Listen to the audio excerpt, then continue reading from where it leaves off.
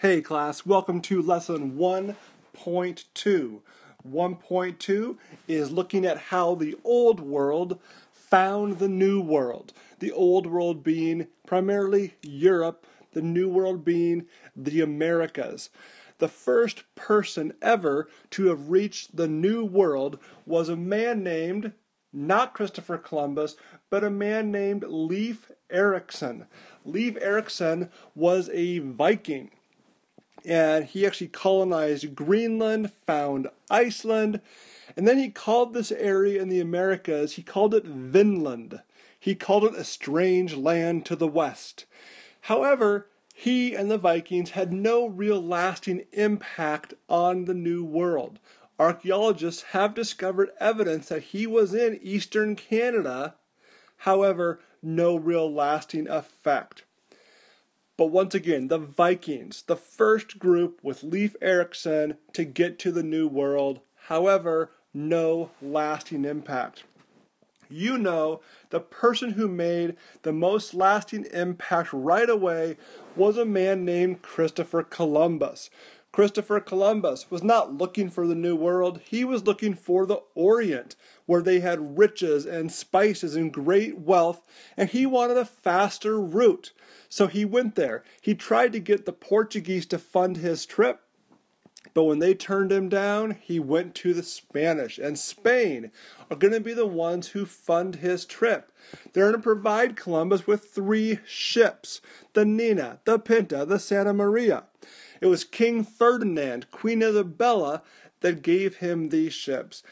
And this voyage by Columbus was incredibly impactful. It encouraged swarms of other explorers to come to and explore this new world. He also discovered the new world. No one knew it was there.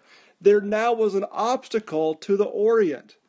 And lastly, his exploration encouraged further discovery, encouraged further exploration, and then later the settlement of the Americas. Christopher Columbus in 1492, when he sailed the ocean blue, he really got the ball rolling.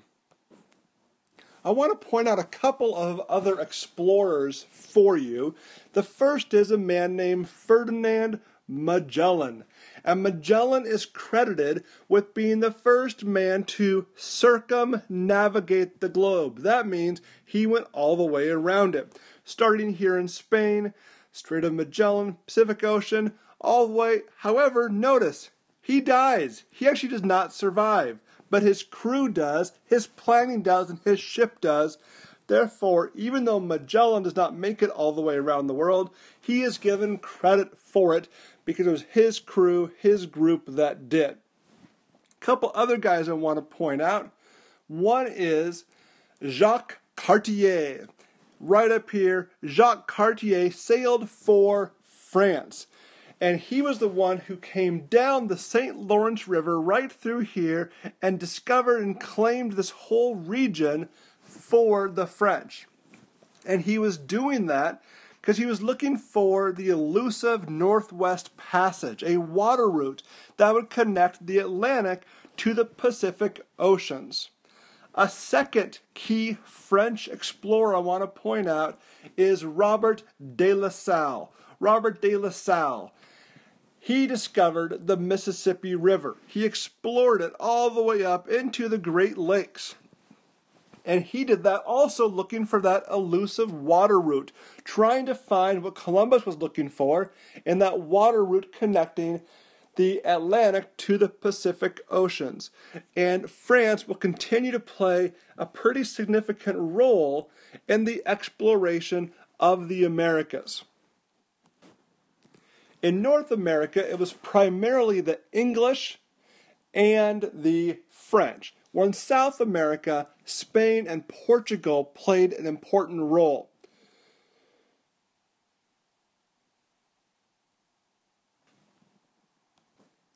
Spain played a key role with their 2 very famous conquistadors. The first was a man named Cortez, and the second was Pizarro. And Pizarro, both of these men, explored South America looking for riches, looking for jewels, gold, gems.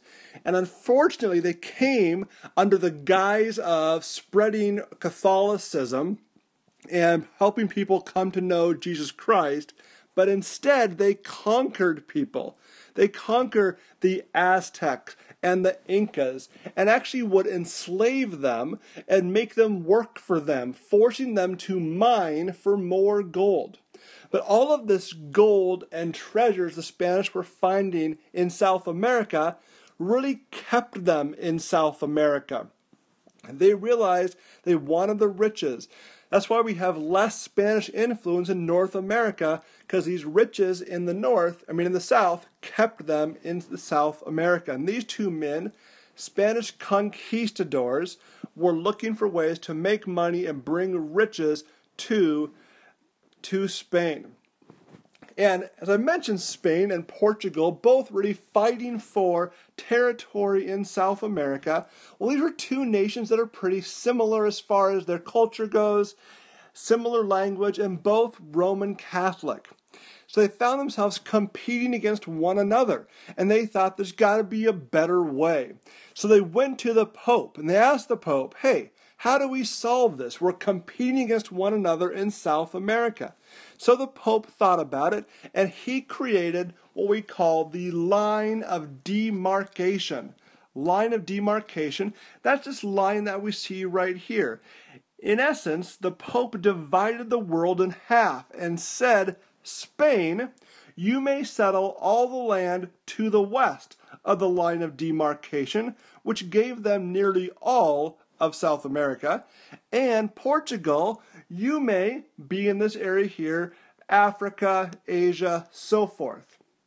He told them to stay out of each other's way and allow them to settle these regions, and so they did, which is why we see less Portuguese influence in South America and more influence from Spain because of this line of demarcation giving them this land.